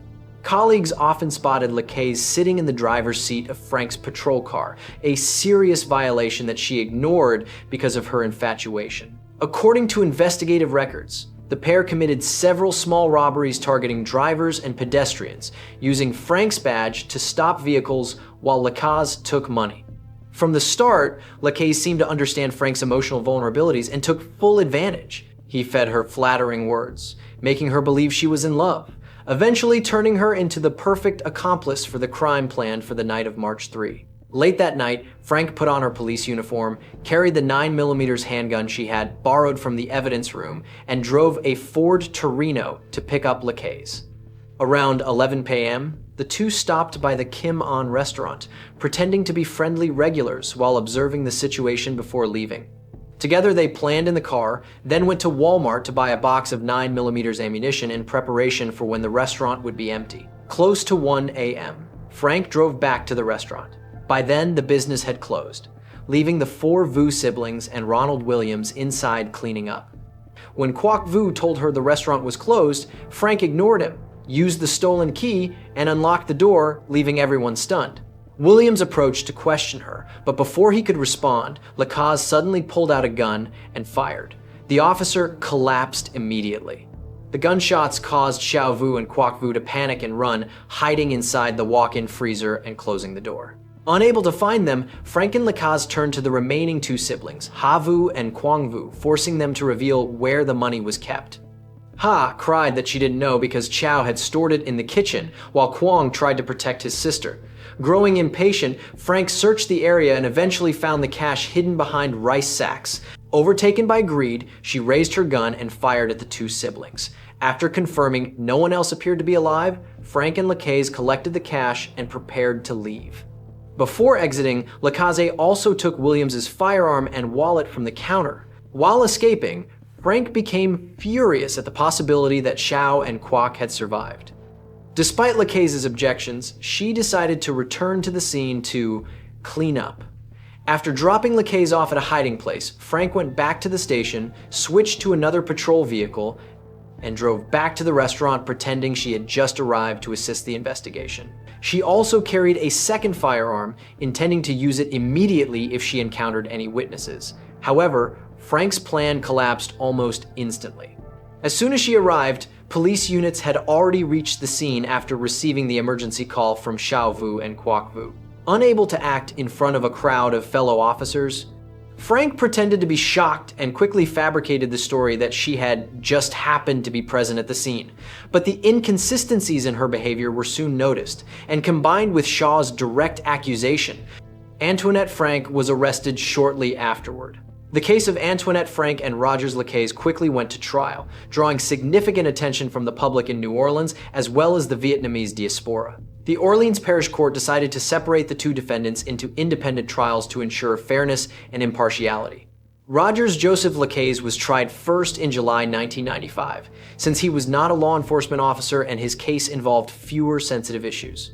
In court, Lacaze tried to deny responsibility, but the evidence against him was overwhelming and consistent. The jury found Lacaze guilty of 3 counts of first-degree murder. The judge then sentenced him to death, making him one of the youngest inmates on death row in Louisiana at the time. By September 1995, the trial of Antoinette Frank began and drew even more attention than the previous one. Faced with indisputable evidence, Frank's defense team had little room to argue. Their sole strategy was to emphasize her troubled childhood in hopes of receiving a reduced sentence. However, the jury showed no sympathy and unanimously recommended the death penalty for Antoinette Frank. In court, Frank remained expressionless as the sentence was announced, showing no reaction or remorse. But the legal proceedings did not end there. After the trial, Frank's defense team filed numerous appeals over the years, presenting various arguments in an attempt to overturn or lessen the sentence. However, in 2007, the Louisiana Supreme Court rejected all appeals and upheld Frank's death sentence. Around the same time, Rogers Lacaze also filed appeals, but none of his efforts succeeded. What drew even more attention was that after Frank's conviction, another disturbing mystery about her slowly surfaced. In November 1995, a neighbor's dog accidentally uncovered human remains buried beneath the flooring of Frank's former residence. Examinations showed the skull had a gunshot defect and likely belonged to Adam Frank, Antoinette's father, who had been missing since 1993. At that time, Antoinette herself had reported him missing. Because Frank had already been sentenced to death, authorities did not pursue new charges. However, many investigators and members of the public believed she was responsible for her father's death, possibly as an act tied to long-standing trauma from her past. Since then, Antoinette Frank has remained incarcerated and is currently the sole woman on Louisiana's death row. She is confined in solitary housing at the Louisiana Correctional Institute for Women, living a quiet, isolated existence for nearly 3 decades. By 2023, Louisiana Governor John Bel Edwards called for a mass clemency review for inmates on death row, including Frank, but the pardon board rejected all petitions due to procedural issues. In 2025, when the new administration under Governor Jeff Landry restarted executions, Frank unexpectedly filed a new appeal, citing lifelong trauma and mental health disorders. On the 15th of May 2025, the Orleans Parish Court granted her the right to a resentencing hearing scheduled for December 2025, opening a small possibility for her to escape the death penalty, although her murder conviction would still carry life imprisonment. The case of Antoinette Frank was not only a heartbreaking tragedy for the victims' families, but also a profound shock to society, as a police officer seen as a symbol of order and justice had become a cold-blooded killer. The media at the time described it as the case that shattered the spirit of a city already exhausted by crime. Public outrage surged, fueling demands for major reforms within the police department to restore trust in an institution whose reputation had been severely damaged. Indeed, after this case, the New Orleans Police Department initiated a sweeping internal reform. Recruitment procedures were overhauled, eliminating the policy of prioritizing local applicants who failed to meet standards, strengthening psychological evaluations, improving competency assessments, and enforcing stricter discipline across the force. Alongside these reforms, anti-corruption efforts were intensified to rebuild public confidence in the city's law enforcement.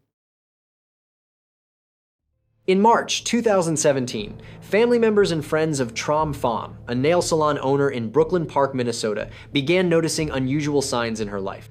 Tram had always been hardworking and frugal, but suddenly she appeared extremely anxious and distressed about repaying multiple loans. Everything came to light when a close family friend helped her review loan records and bank documents, only to be shocked to discover Tram's name listed on multiple large loans across 4 different banks, with total outstanding debt exceeding $90,000, money that had never once reached her hands. Then, in her panic, the salon owner recalled a so-called credit score improvement service that an acquaintance named Mary Kate Wynn had persistently insisted on providing for her earlier. Tram immediately called Mary Kate Wynn to demand an explanation. However, the once enthusiastic and friendly friend began to evade her, sometimes claiming to be busy, other times not answering the phone at all. Suspicion quickly turned into terror when Tram realized she might have been deceived in a devastating way. Seeing her distress, her family advised her to contact the police immediately. That very afternoon, the salon owner and her friend went to the local police station to file a report. Through broken, tearful statements, the victim told a story so shocking that even investigators were stunned. In early fall 2016, Tram Pham needed a loan to expand her nail salon business. But her low credit score became a major obstacle. It was at that moment that Mary Kate Nguyen appeared, introducing herself as a financial consulting expert. Nguyen softly convinced Tram with a unique credit improvement plan.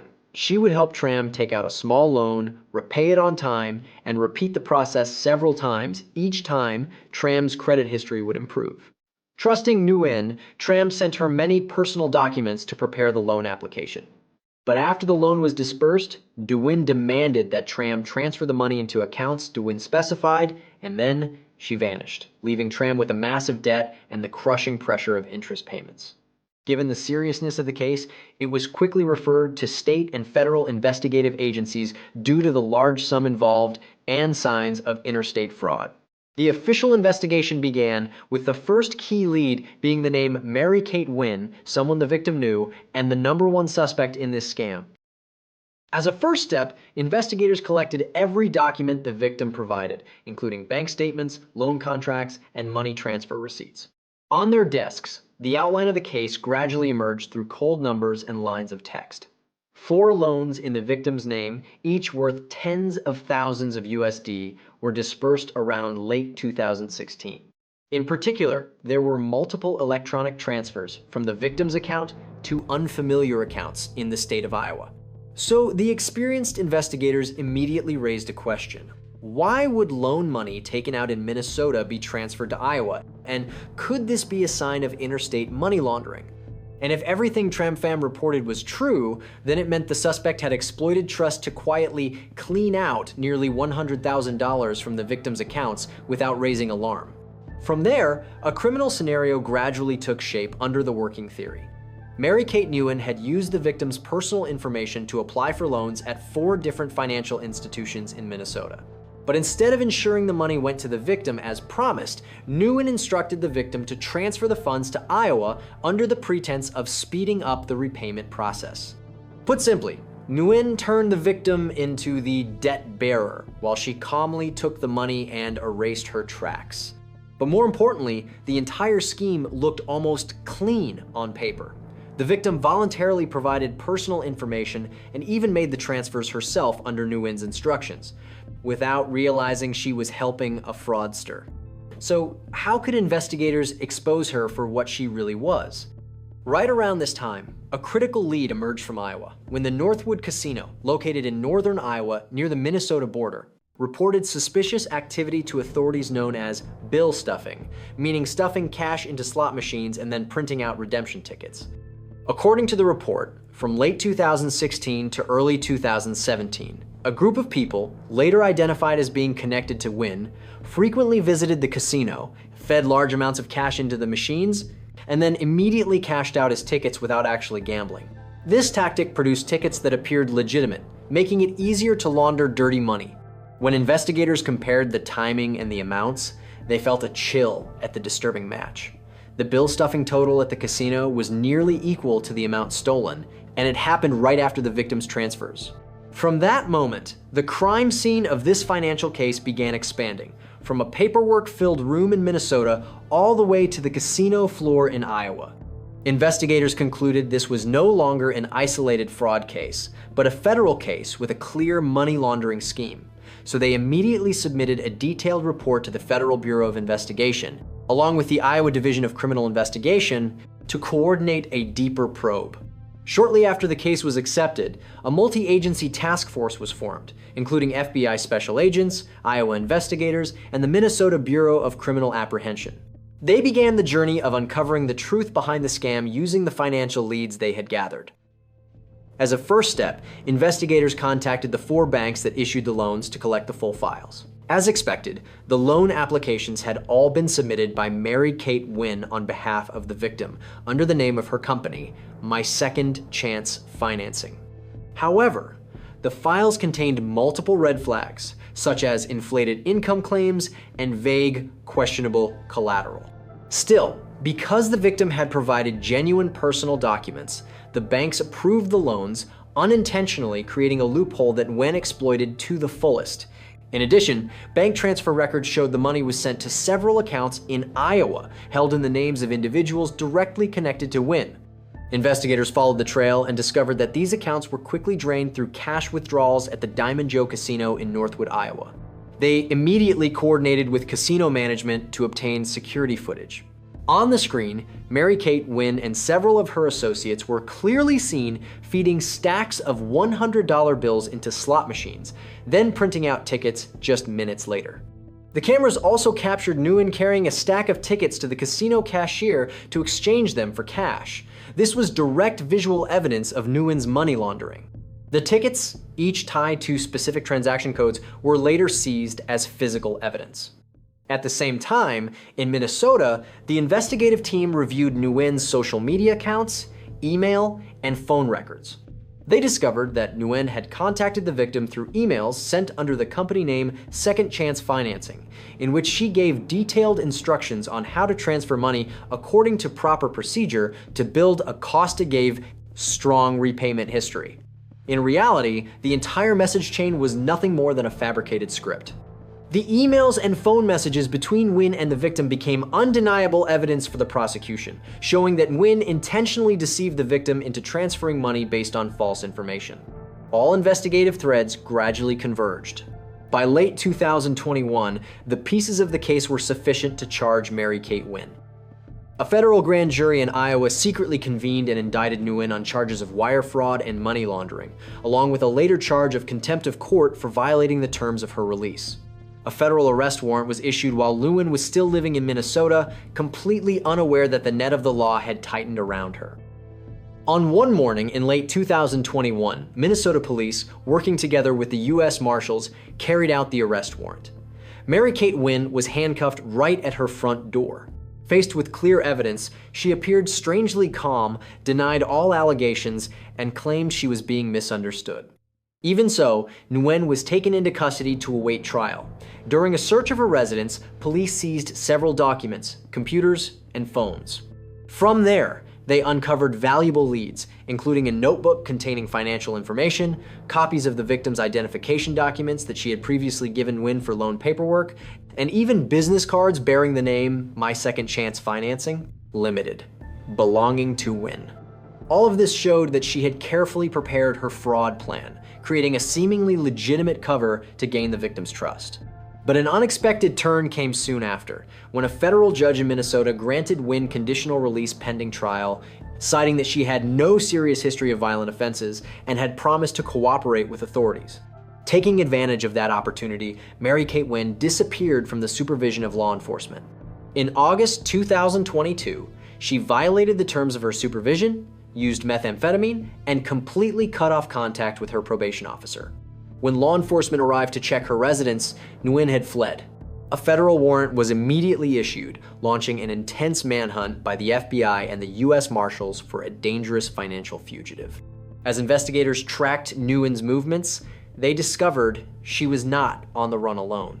J. Anthony Tapper, a 57-year-old man living in Rosemount, Minnesota, became Nguyen's support system while she was in hiding. Tapper used his own name to book multiple hotel rooms for Nguyen to hide in, and he even purchased a travel trailer for her to stay in temporarily. Whenever Nguyen needed to move or meet someone, Tapper would go ahead to scout the area, acting as her eyes and ears to avoid police surveillance. The two also used prepaid phones and constantly changed locations across Minnesota and nearby areas. Throughout this period, Nguyen cut off all contact with her family and community, leaving many people around her confused about why she had suddenly vanished from everyday life. But what is most striking is that even while on the run, Mary Kate Nguyen fell back into old habits, continuing to plot new scams. She showed no fear. If anything, she acted even more boldly than before. In September 2022, while tracking Nguyen's connections, investigators uncovered a shady arrangement. Mary Kate Nguyen was preparing to meet a woman believed to be a new potential victim in order to pitch her financial services. J. Anthony Tapper accompanied Nguyen to this meeting and stood watch outside like a seasoned accomplice. However, by closely monitoring Tapper's movements, the U.S. Marshals Task Force was able to trace Nguyen's hiding place. On a day in early September 2022, U.S. Marshals, working with local police, suddenly raided a campground in Minnesota, where Nguyen was hiding in a camper provided by Tapper. After a few chaotic minutes, Nguyen was subdued and placed in handcuffs. At last, the female villain had been caught, bringing an end to more than 2 months on the run. Mary Kate Nguyen was detained immediately afterward. Yet, even behind bars awaiting trial, she still refused to give up her passion for crime. At the Sioux County Jail in Orange City, Iowa, Nguyen tried to contact people outside to continue planning a series of new financial fraud schemes in Minnesota and North Dakota. She provided forged bank documents to certain lending institutions, attempted to secure loans to purchase real estate, and was even reckless enough to take part in an auction with a bid of $1.3 million USD to buy the former federal courthouse building in Bemidji, Minnesota, using fraudulent funds or scam-based loans. Federal investigators were at a loss for words at just how brazen she had become. In addition, while in custody, Nguyen made threats toward investigators in an attempt to obstruct the collection of evidence against her. All of this was quickly detected through the jail's monitoring of mail and phone calls, adding an entire new set of incriminating evidence against her. And with such a relentless pattern of wrongdoing, it is no surprise that when people looked into Mary Kate Nguyen's background, they found a long criminal record. Mary Kate Nguyen was born in 1987 in Vietnam, but immigrated to the United States with her family when she was still young. Growing up in Minnesota, she became fluent in both Vietnamese and English, which allowed her to integrate easily into the local Vietnamese community as well as broader American society. On the surface, Mary Kate Nguyen presented herself as an independent, capable woman. She had opened or been connected to several small businesses, including My Second Chance Financing Limited, a company Nguyen founded herself. But behind that facade was a past filled with legal troubles. Nguyen showed signs of recklessness and serious moral distortion from her teenage years. Minnesota court records show that in 2005, when she was only 17, Mary Kate Nguyen became involved in a serious criminal case. She and her friends were accused as accomplices in armed robbery, kidnapping, and unlawful restraint, and were also linked to the use of forged checks. Although Nguyen was tried in juvenile court and received a lesser charge of aiding and abetting robbery, authorities still required her to register as a dangerous offender due to the kidnapping-related element. This was considered an early stain on Nguyen's record, one that would be difficult to erase. After reaching adulthood, Nguyen continued to spiral deeper into criminal behavior. Records show she had 4 prior convictions for theft by swindle, meaning fraud-related property crimes in Minnesota, as well as 3 convictions for driving while intoxicated. In addition, Nguyen was involved in other offenses such as writing bad checks, giving a false name to police, and possession of controlled substances. This long history painted Nguyen as a habitual offender, someone who disregarded the law and lived recklessly, closely tied to alcohol and drugs. In her personal life, Mary Kate Nguyen was believed to have experienced multiple family upheavals. She was reportedly married briefly before divorcing and had no children. Nguyen's social relationships were complicated. She associated with criminal elements across multiple states and was willing to assist in illegal activities. Some psychological analyses suggest Nguyen may have antisocial personality disorder, reflected in signs such as lying without hesitation, manipulating others for personal gain, and showing no remorse after each offense. The fact that she continued committing crimes even while being wanted or even while in custody suggested an addiction to scamming, an attraction to risk, or a delusional belief that she could outsmart everyone. With both old and newly obtained evidence, federal prosecutors built an exceptionally solid case against Mary Kate Nguyen. The investigation came full circle when the final pieces fell into place. From the nail salon owner who lost her money, to the lifeless casino tickets, to the dramatic flight from justice, and even the reckless schemes plotted behind bars.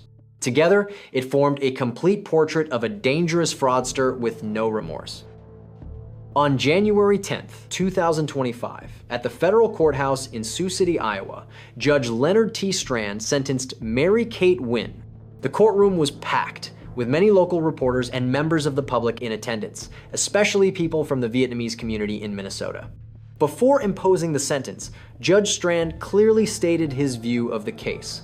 He described Mary Kate Nguyen's conduct as astonishing and shocking, given the level of recklessness and repeated reoffending.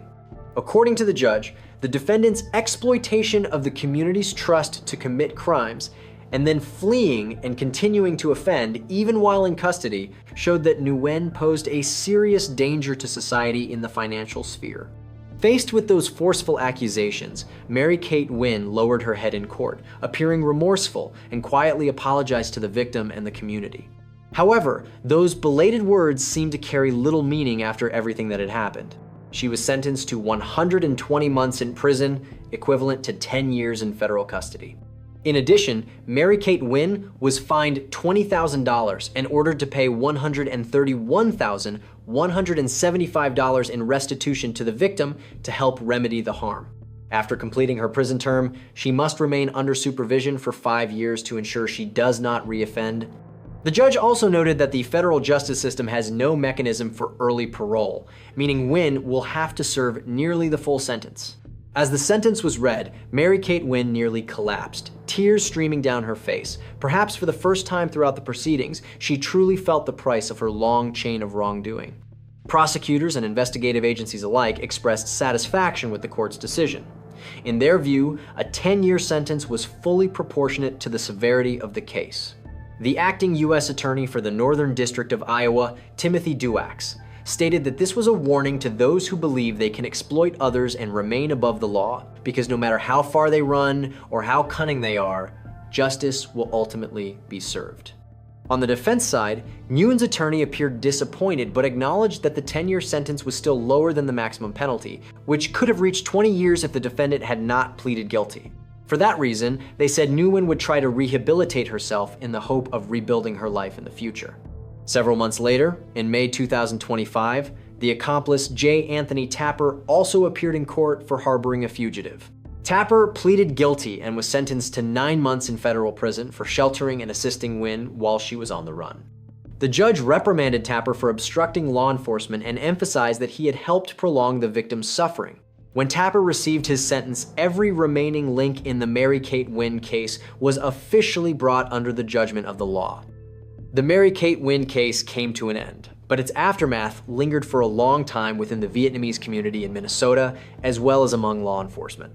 It has been seen as a cautionary lesson about placing trust in the wrong hands, and about the increasing sophistication of financial crime.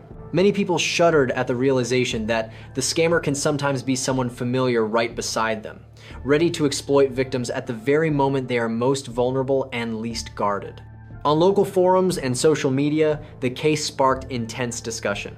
Many people expressed outrage at Mary Kate Nguyen's brazenness and cruelty, calling her a female scam mastermind who tarnished the image of a Vietnamese community long known for being hardworking and honest. At the same time, there were also voices expressing deep sympathy for the victim, arguing that stronger support programs and financial education should be provided for immigrant small business owners so they are less likely to fall into similar scams. Local media outlets also widely reported the case as a typical example of a new form of credit-related fraud, warning the public to stay vigilant against offers presented as overly easy and enticing financial opportunities. The case also raised lingering questions about motive and criminal psychology. What drove Mary Kate Nguyen, a well-educated woman who once had the chance to integrate into society, to slide so far down the path of fraud? Was it bottomless greed, combined with a disregard for the law form during reckless youth? Or was it something deeper, an absence of moral standards, a coldness so extreme that she was willing to trample on community ties and basic human decency for personal gain? Perhaps part of the answer lies in the harsh sentence the court imposed. Society cannot tolerate that kind of criminal behavior. Behind prison bars, Mary Kate Nguyen will have ample time to face and reflect on what she has done. 10 years in prison, the second chance the justice system has given her to wake up and reform, may or may not be enough to change someone who has grown accustomed to living by lies and deception. Only time can answer that. And you? What lesson do you take from this story that sounds unbelievable, yet is all too real? And in your opinion, 10 years from now, after her release, will Mary Kate Nguyen fall back into old habits? At around 1 p.m. on March 29, 2016, people at a commercial strip along Fondren Street were startled by a string of loud bangs coming from Wahoo's Fish and Wings. A kitchen worker rushed to the front to check and was horrified to find Nguyen Minh Tri, the restaurant's owner, lying motionless on the floor, his chef's jacket drenched in blood. In desperation, the employee shouted his name, trembling as he pulled out his phone and called 911. Just minutes later, Houston police arrived on scene. The terrible news quickly spread through the Vietnamese community living nearby. Tri's mother, his wife, and several relatives rushed to the restaurant after hearing what had happened. By then, police had already taped off the entrance, keeping crowds of onlookers and the victim's family from going inside. Wahoo's Fish and Wings was a small eatery, with about 4 to 5 tables inside and a cashier counter right by the front door.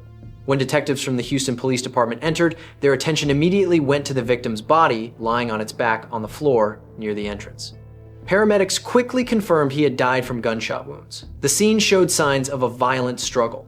A chair had been knocked over, and a few loose bills were scattered near the register, leading investigators to believe the incident likely began as an attempted robbery. Near the victim, police found a handgun that belonged to Tri, with the ammunition still intact in the magazine. It appeared that in the split second of confrontation, he had tried to draw his gun to defend himself, but never fired a single shot before he was killed. Crime scene technicians recovered 2 9mm shell casings on the floor, believed to have been fired from the shooter's gun. Marks on the wall indicated that after hitting the victim, the attacker fired another shot, possibly a warning before fleeing. There were no signs the cash register had been forced open, suggesting the suspect may have panicked and left before taking any property. The only major lead was a small camera mounted on the ceiling, pointed directly at the front door. From the footage, police saw the attacker was a young man wearing brown khaki pants, sagging low on his hips, a gray hoodie pulled up to cover his head, and a pair of bright light blue athletic shoes. He stood at the doorway with one hand held inside his hoodie pocket, tense, apparently already gripping a gun inside. Notably, the light blue sneakers were unusually eye-catching and rare, leading police to believe that detail could be critical in identifying him. According to his family, Nguyen Minh Tri, 35 years old, was of Vietnamese heritage and had immigrated to the United States with his family many years ago. He was the youngest child in a large family. After years of hard work in a new country, his parents had tried to build him a future. Wahoo's Fish and Wings was that very foundation. Passionate about food and deeply committed to the business, Tri poured nearly all of his time and energy into turning Wahoo's into a familiar neighborhood spot. To neighbors and regulars, he wasn't just a restaurant owner, he was a friendly face who was always willing to help. Many people recalled how Tri would cheerfully throw in extra chicken wings or French fries for the kids in the neighborhood when they stopped by, or how he would generously discount meals or even let customers pay later when he saw they were struggling. His generosity and sincerity made him widely loved. He treated his employees the same way, approachable and fair, willing to do everything alongside them from cooking to cleaning, never looking down on any task in the restaurant. Just a few months before the tragedy, Tri had married a Vietnamese woman and became a stepfather to her 5-year-old son. That new happiness only made him work harder, determined to build a stable home. He planned to expand the menu with a few new dishes, hoping the business would grow so he could eventually buy a small house for his wife and child. But all of those plans and dreams were cut short forever that fateful noon. Nguyen Minh Tri's death was not only a devastating loss for his family, it also left a deep emptiness in the hearts of the local Vietnamese community, where many had come to see him as family. Right after the shooting, the Houston Police Department's Homicide Division moved in quickly. From the surveillance footage, investigators determined the attacker had an average build, stood about 1.57 to 1.65 meters tall, wore a gray hoodie and light brown pants, and most notably had on a striking pair of light blue athletic shoes. Witnesses near the scene reported that immediately after the gunshots, someone saw a bronze gold car speeding out of the parking lot in front of Wahoo's. No one managed to catch the license plate, but the detail was recorded as an important lead. Multiple investigative tracks were launched at once. One team began extracting footage from nearby security cameras along Fondren Street and West Airport Boulevard to trace the suspect. Sure enough, video from a nearby business showed a young man whose clothing matched the description, sprinting out of Wahoo's and jumping into the passenger seat of a yellow two-door car that appeared to be waiting. The car then sped south on Fondren. This detail led detectives to conclude the killer did not act alone. There was at least one accomplice serving as the getaway driver, waiting outside to help him escape. A description of the yellow car was quickly shared with neighboring law enforcement agencies in case the suspects crossed into other jurisdictions. At the same time, another group of investigators continued to comb through and analyze the scene in detail. Forensic results confirmed that the 2 shell casings recovered at the scene were 9mm rounds fired from a semi-automatic handgun. However, police found no clear fingerprints on the cashier counter or the entrance. This suggested the attacker likely wore gloves or deliberately avoided direct contact with surfaces. Within 24 hours of the killing, detectives had formed a general profile of the suspect. A dark-skinned male, under 20 years old, average build, acting alone inside the restaurant, but with an accomplice waiting outside as the getaway driver. He acted recklessly, daring to open fire in broad daylight, showing an aggressive mindset and a willingness to use violence when met with resistance. Investigators initially identified robbery as the motive. The suspect rushed in demanding cash, but the victim fought back fiercely. However, a major question emerged. Was this just an isolated robbery, or had the suspect struck elsewhere in the area before? That question was soon answered. Just a few hours after Nguyen Minh Tri was shot, another armed robbery took place at a nearby Shipley's Donuts. The suspect was also described as a young man wearing a gray top, brown pants, and blue athletic shoes, an eerie soft coincidence that was hard to ignore. Not stopping there, later that same day, a Food Dollar grocery store on South Post Oak was robbed by an individual with similar features, who then fled in a bronze gold car. By the afternoon, at New China Restaurant in the neighboring city of Missouri City, the owner reported that a young man in a gray hoodie and low-slung brown pants used a gun to demand money, then ran out to a waiting yellow car and sped away. The New China owner even chased the robber into the parking lot and nearly caught him, but only managed to see the suspect jump into the passenger seat before the car vanished. In other words, in a single afternoon, the same thief had carried out 4 robberies in a row. He was so brazen that he didn't even change clothes or hide the distinctive blue sneakers even after committing a deadly shooting. 2 weeks after the robbery spree, with help from a forensic sketch artist, police completed a composite drawing based on witness descriptions. The sketch depicted a young black male with sharp features and short hair. At the same time, technicians compiled surveillance clips from multiple scenes into a single video showing the same person repeatedly appearing with the same outfit and behavior. Those images were released at a press conference held by investigators on April 15, 2016, to ask for the public's help. Police urged anyone who recognized the suspect or had information about the suspicious bronze gold vehicle to contact law enforcement immediately or call the Crime Stoppers hotline. A reward would be offered to anyone who provided a tip, leading to the suspect's arrest. The appeal quickly worked. As the suspect's images spread across local news, investigators received a flood of calls. Among them, an anonymous Crime Stoppers tip produced a key lead. The caller suspected a teenager known as K was involved. According to this person, K was about 16 years old and lived in an apartment complex not far from the crime scene. He often dressed exactly like the descriptions in the news, frequently wearing low-slung pants and light-colored sneakers. Lately, he had suddenly been carrying an unusual amount of cash, and he had also disappeared for several days right around the time the string of robberies took place. Investigators immediately took notice of the tip. After weeks of tracking leads, police gathered enough evidence to narrow in on a suspect. The yellow car was found abandoned in an empty parking lot, matching witness descriptions exactly. Inside the vehicle, officers found a pair of blue Nike athletic shoes tossed under the seat, an exact match to the shoes the suspect wore in the surveillance footage. Fingerprint analysis from the car further strengthened the case. The prints matched the record of the teenage K. Since he had a minor prior incident, his biometric data had already been stored in the system. At that point, the mystery was nearly solved. On July 11, 2016, Houston investigators, working with a task force, carried out a surprise raid and arrested K at his family's apartment in the southern part of the city. The operation happened quickly in the early hours, and the teen was taken into custody before he could resist. During the search, police seized a semi-automatic handgun. Ballistics later confirmed it was the weapon that took Nguyen Minh Trie's life. They also found a gray hoodie and brown khaki pants in the suspect's closet. With the evidence so clear, all doubt was officially put to rest. That afternoon, the Houston Police Department held a press conference announcing the arrest of the killer in the Wahoo's Fish and Wings case, bringing a tense investigation of nearly 4 months to an end and sending shockwaves through the local Vietnamese community. When the news broke, the public was stunned to learn that the person who killed Nguyen Minh Trie and carried out the string of shocking robberies was just a 16-year-old. Court records listed him as D. Johnson, a pseudonym used, because he was a minor at the time of the crimes.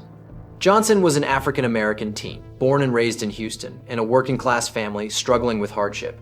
His family moved to Southwest Houston a few years before the case, living in a neighborhood known for being rough and unsafe. People who knew him said Johnson grew up with little supervision. His father had become entangled with the criminal justice system, while his mother worked 2 jobs to survive, leaving Johnson with near total freedom to roam the streets. From a young age, he was especially obsessed with collecting colorful sneakers, his favorite being a blue pair of Nike shoes. The very detail that later became a crucial identifier in the case. That environment led Johnson to drop out of school early, then fall in with a bad crowd near the apartment complex where he lived. Before the crimes, he had a minor record for petty theft and had been placed under local supervision for a short period. But no one expected that quiet, small-framed teenager to become such a brazen robber willing to strike brutally in broad daylight. Leading up to the crimes, Johnson was struggling financially after being fired from the grocery store where he worked part-time. The need for money, combined with the bad influence of his street-running friends, pushed him deeper down a criminal path. Some sources claim Johnson had been involved with a small street crew known for theft and snatch-and-grab robberies, and that the robbery spree that day may have been a test of nerve set by older members of the group. Even though the exact motive remains debated, it was clear that greed, impulsiveness, and a reckless, aggressive mindset drove a teenager into serious crime. According to Johnson's statement, around midday on March 29, 2016, he and an accomplice drove around Houston looking for targets. When they reached the intersection of Fondren Road and West Airport Boulevard, Johnson saw the sign for Wahoo's Fish and Wings and decided it would be their first target. At the time, the restaurant was fairly empty. Only the owner, Nguyen Minh Tri, a Vietnamese man, was behind the counter. At around 1 p.m., Johnson pulled up his face covering, tightened his grip on the gun in his pocket, and walked inside. Tri looked up and greeted him as usual, but froze when he saw the masked man point a gun and demand money. In a split-second fight for survival, Tri tried to reach for his own handgun from beneath the counter, but that move panicked Johnson. He fired 2 shots. The first hit Tri in the chest and dropped him to the floor, while the second grazed the wall. Without even taking the cash, Johnson bolted out to the getaway car, leaving the victim collapsed in a pool of blood. The yellow car sped off before anyone could react. Inside the car, Johnson was overwhelmed by the realization of what he had done, but the fear was quickly drowned out by greed and recklessness. He and his accomplice decided to keep going to make it worth it. A little after 1 p.m., they stopped at a Shipley's Donuts on Stella Link Road. Johnson pulled up his face covering again, rushed in with the gun, and threatened the cashier. Terrified, the cashier immediately handed over all the money from the register. Johnson grabbed a handful of cash and ran back out to the car, escaping. Everything happened in under a minute.